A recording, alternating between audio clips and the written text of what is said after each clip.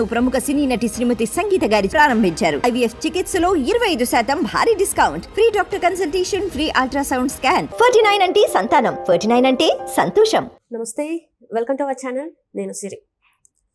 వైసీపీలో fire brand గా పేరు తెచ్చుకున్న రోజా గారు అయితే ఇప్పుడు మరి వైసీపీలో అయితే కనిపించట్లేదు. ఇంతకుముందు జగనన్న అని చెప్పి ఎక్కడ చూసినా తనే కనపడేది. మరి ఇప్పుడు జగనన్న అని ఎవరు పిలవడానికి లేకుండా పోయింది. మరి వైసీపీతో ఇప్పుడు తను ఆ పార్టీలో ఉన్నట్ట లేలట, వైసీపీని వీడి జగనన్నని వీడి మరి ఎక్కడికైనా వెళ్ళిపోయిందా? సో ఈ అంశాన్ని మనకి వివరించడానికి మనతో పాటు ఉన్నారు ప్రముఖ సీనియర్ జర్నలిస్ట్ జగదేవ్ గారు. నమస్కారం సార్. నమస్తే సార్, ఇప్పుడు చూస్తుంటే రోజా ఎక్కడ అంటే ఇన్ని రోజులు చూస్తే జగనన్న బుల్లెట్లా అంటే జగన్ బుల్లెట్ అది సంథింగ్ అని చాలా మాట్లాడింది. జగనన్న గన్ అని చెప్పేసి, బుల్లెట్ అంత వేగంతో వస్తాడని చెప్పేసి. సో అలాంటి రోజా గారు ఈరోజు మరి జగనన్న ఓడిపోయాక ఎక్కడ కూడా తన పక్కన కనిపించలేదు. మరి ఎందుకంటారు? మరి వైసీపీని వీడినట్టేనా తను? వైసీపీని వీడినట్టు కాదో తెలియదు కానీ వాళ్ళ చేష్టలు బట్టి చూస్తే వైసీపీకి దూరంగా ఉంటున్నట్టు అనిపిస్తుంది. ఎందుకంటే మీరు అన్నట్టు జగనన్న ఎక్కుపెట్టిన బాణం, జగనన్న గన్లోంచి వచ్చిన బుల్లెట్, జగనన్న అసలు జగనన్న bye bye TDP, welcome YCP once more అని ఏవో పెద్ద ప్రాసలు వాడారు. నోటి అసలు చెప్తున్నాను కదా, నవ్వుతూ ఉత్సాహంగా ఇంక జగనన్నకి తిరుగులేదు, రాబోయే 30 ఏళ్ళు జగనన్నే, ఇంకా ఎంత కేరింతలు కొట్టి చెప్పారో చెప్పలేం. అది చెప్పచ్చు. ఇప్పుడు అడ్వర్టైజ్మెంట్ చేసినప్పుడు మన ప్రొడక్ట్ ఉంది, ఆ నా ప్రొడక్ట్ వాడితే నల్లగా ఉన్న వాళ్ళు తెల్లగవుతారు, ఎలుగుబంటి కూడా తెల్లగవుతుంది, అది ఇది అని చెప్పొచ్చు. కానీ పక్కోడు సబ్బు వరస్ట్ అని చెప్పొద్దు, అది తప్పు. నీ సబ్బు నీ పబ్లిసిటీ కోసం నువ్వు యాడ్స్ ఎన్ని వేసుకోవచ్చు, కానీ పక్కోడు తప్పు చెప్పుకోండి. బట్ వీళ్ళు అలా చెప్పలే. ఎంతసేపు నా సబ్బు వాడితే తెల్లగవుతారని చెప్పలే, ఎంతసేపు వీడి సబ్బు వాడద్దు నల్లగైపోతారు అంటే వీళ్ళకన్నా వాళ్ళ పబ్లిసిటీ ఎక్కువ చేసుకున్నారు. దానివల్ల ఏమైంది, వాళ్ళకే హైప్ వచ్చింది. ఏ చంద్రబాబు నాయుడు గారిని అయితే ఇబ్బంది పెట్టాలి, ఆయన జైల్లో ఏదో ఒకటి చేసేయాలని అనుకున్నారో అదే చంద్రబాబు నాయుడు గారికి అది ప్లస్ అయిపోయింది, హైప్ వచ్చేసింది. ఒక్కసారి స్తబ్దుగా ఉన్న టీడీపీ శ్రేణులు అన్నీ కూడా హైపర్ యాక్టివ్ అయిపోయాయి కదా. సో అయినప్పుడు కూడా అర్థం చేసుకోకుండా జై జగన్ అన్న, నిజమే అభిమానం ఉండొచ్చు కాదు, అక్కడ వాస్తవాలు గ్రహించాలి. ఇప్పుడు ఆవిడైనా నగరీ నియోజకవర్గంలో ఆవిడ ఎటువంటి హడ్డిల్స్ ఫేస్ చేసిందో ఆవిడకి కూడా తెలుసు. మున్సిపల్ చైర్మన్ పరిస్థితి స్థాయి వ్యక్తులు కానీ, కింద కార్యకర్తలు కానీ, అక్కడ స్థానికంగా ఉండే మహిళా నాయకులు కానీ ఈవిడికి యాంటీగా ఉన్నారు. నెక్స్ట్ పరిస్థితి ఏంటి అన్న, ఇలా ఉంది, మేము గెలుస్తాము అని ఒక చెప్పాలి. చూచాయిగా బ్యాడ్గా అనుకుంటున్నారో లేదంటే పథకాలు ఒక్కటి ఇస్తే సరిపోదు, మిగతావి కూడా అవసరం అని అనుకుంటున్నారని చెప్పాలి. అది ఏం చెప్పలే. జగనన్న ఫోటో ఉంటే చాలా నేను కాదు ఎవరైనా అక్కడ కుక్కను పెట్టినా నిలిచిపెట్టి గెలిచేస్తుంది. ఓవర్ కాన్ఫిడెన్స్ అంటారు. ఓవర్ కాన్ఫిడెన్స్, అతిగా ఫీల్ అయిపోయారు. ఒక మాయలో బతికేశారు వాళ్ళంతా. అంత మాయలో బతికేశారు అంటే అంత తెలివి తక్కువ వాళ్ళు అంటారా మరి వైసీపీ నేతలు? మరి అది వాళ్ళకే అడగాలి. ఇప్పుడు క్లియర్గా కనబడుతుందా? ఇప్పుడు బయట కనకపోయినా అంతరాత్మ అయితే మనస్సాక్షి అయితే ఉంటుంది కదమ్మా. మనస్సాక్షికి అయితే తెలుసు వాళ్ళు ఎందుకు మనోడు కొంచెం ఓవర్ కాన్ఫిడెన్స్కి వెళ్తున్నాడేమో అని.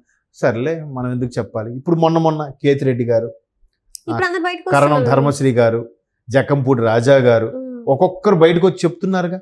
మరి వీళ్ళు ముందుకు తెలియలే? మీరు అన్నారే క్వశ్చను, వీళ్ళెవరికి అర్థం కాలేదండి. అర్థమయ్యింది. అరే అందరూ ఎవరికి వాళ్ళు ఎలా ఉందంటే మనం చెప్తే మనం ఒక్కరూ బ్యాడ్ అయిపోతాం అనుకో, ఎందుకులే అని ఊరుకున్నారు. 151 మందిలో కూడా అదే ఆలోచన, గెలిచిన వాళ్ళలో కూడా. సరే ఏం కాదు, మనం గెలిచేస్తే డౌటే లేదు.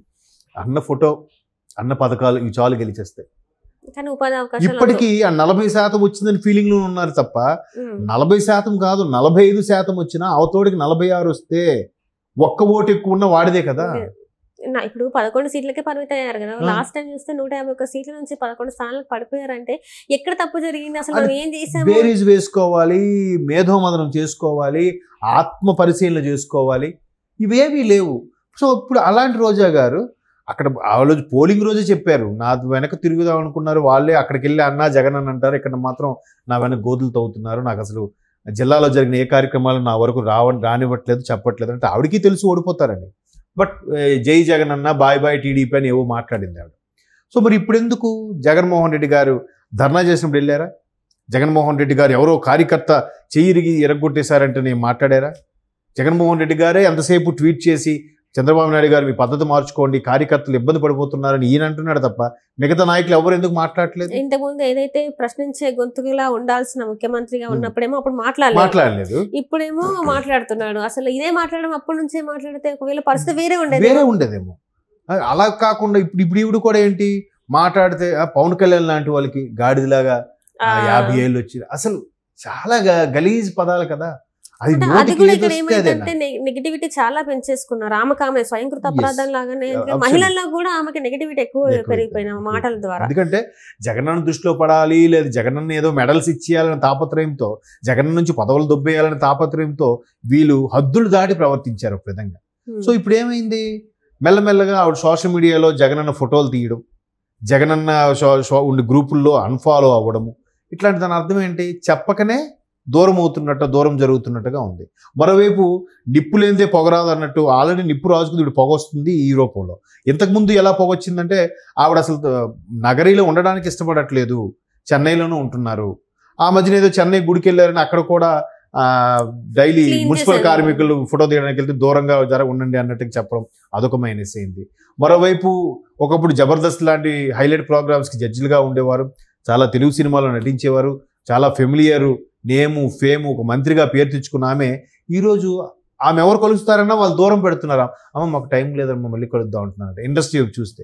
సో ఇంకా తెలుగులో ఆవిడకి నడవదని చెప్పి చెన్నైలో ఆవిడ ప్రయత్నాలు చేసుకుంటున్నట్టు కూడా వార్తలు వినిపిస్తున్నాయి. అంటే విజయ్ పార్టీలో కూడా అంటే అక్కడ స్టార్ట్ చేద్దాం కెరియర్ ని అని చెప్పేసి అనుకుంటున్నట్టు మరి వార్తలు వస్తున్నాయి. మేబీ విజయ్ పార్టీలో కలిసి అంటే ఇక్కడ ఏదైతే సంఘటనలు జరిగాయో అవి విజయ్కి తెలియకుండా ఉంటాయంటారా? మరి తెలియచ్చు, అక్కడ పరిస్థితులు ఇవి ఇక్కడ పరిస్థితులు ఇవి అంటారు, ఏముంది దానికి తోడు. ఇప్పుడు ప్రతి పార్టీలో కూడా పక్క పార్టీలు వచ్చిన జంపు జిల్లానిలే ఉన్నారుగా.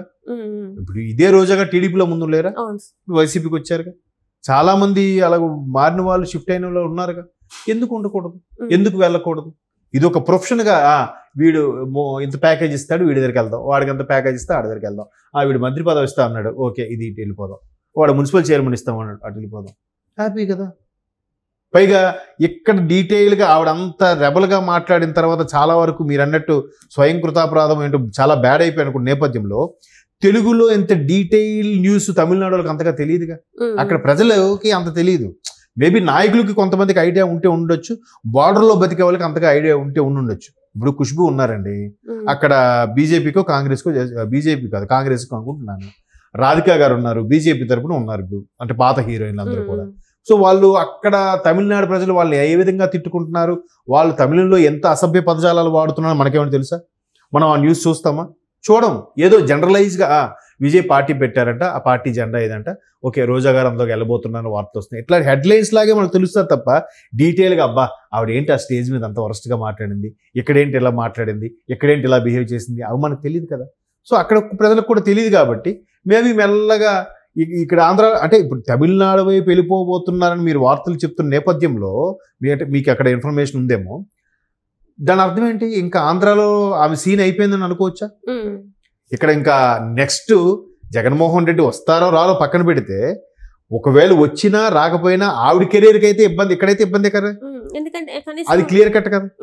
ఆమెకి ఒకవేళ అనుకుని ఉన్నా కూడా నగరీలో ఉండడానికి ఇష్టపడట్లేదంటే మొత్తానికి తను ఇక్కడ వైసీపీ పార్టీ బాయ్ బాయ్ చెప్పేసి అక్కడ కొత్త పార్టీలో జాయిన్ అవ్వడమో లేకపోతే అక్కడ ఉండడమో అనుకుంటారు. ఎందుకంటే ఒక 1% ఛాన్స్ ఉన్నా కూడా తను ఇక్కడ ఉండి పోరాడేదేమో. ఎస్, అందుకే మేబీ అక్కడ తమిళ సినిమాల్లో కానీ తమిళ సీరియల్స్లో కానీ మీరు అన్నట్టు తమిళ రాజకీయాల్లో కూడా ట్రై చేస్తున్నారేమో. ఎందుకంటే తన భర్త సెల్వమణి కూడా ఒకప్పుడు మంచి దర్శకుడు కాబట్టి ఆ ఇన్ఫ్లుయెన్స్, లేదంటే ఈవిడ కూడా తమిళ్లో రజనీకాంత్ లాంటి వాళ్ళతో కూడా యాక్ట్ చేసింది అసలు. సో ఇటువంటి నేపథ్యంలో అక్కడ కూడా పరిచయాలు ఉన్నాయి, ఎందుకంటే సల్మాన్ గారు భర్త సల్మాన్ గారు కూడా తమిళియన్ని కాబట్టి. సో ఆ పరిచయాలతో ఆ ఇన్ఫ్లుయెన్స్తో ముందుగా సినిమాలోకి ఎంటర్ అవ్వచ్చు, తర్వాత రాజకీయాలకు కూడా ఎంటర్ అవ్వచ్చు.